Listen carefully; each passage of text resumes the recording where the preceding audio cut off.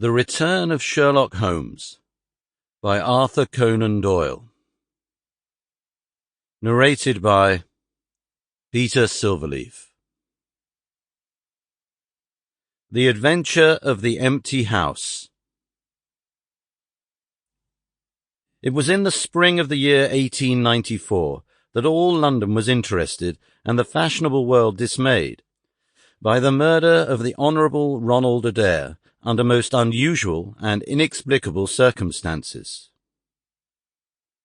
The public has already learned those particulars of the crime which came out in the police investigation, but a good deal was suppressed upon that occasion, since the case for the prosecution was so overwhelmingly strong that it was not necessary to bring forward all the facts.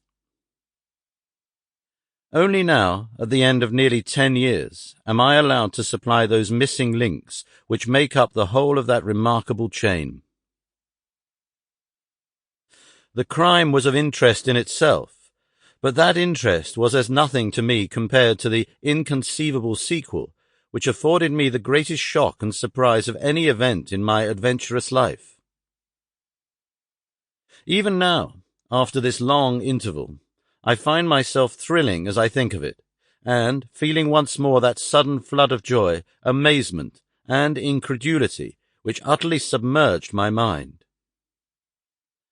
Let me say to that public which has shown some interest in those glimpses which I have occasionally given them of the thoughts and actions of a very remarkable man, that they are not to blame me if I have not shared my knowledge with them, for I should have considered it my first duty to do so, had I not been barred by a positive prohibition from his own lips, which was only withdrawn upon the 3rd of last month.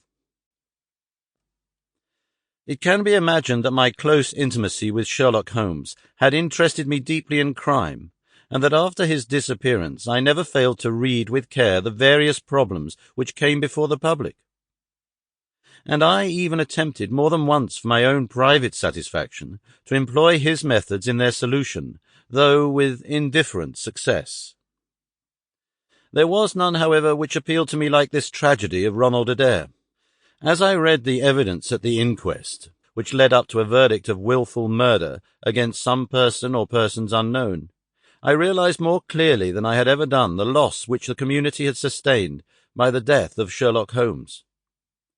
There were points about this strange business which would, I was sure, have specially appealed to him, and the efforts of the police would have been supplemented, or more probably anticipated, by the trained observation and the alert mind of the first...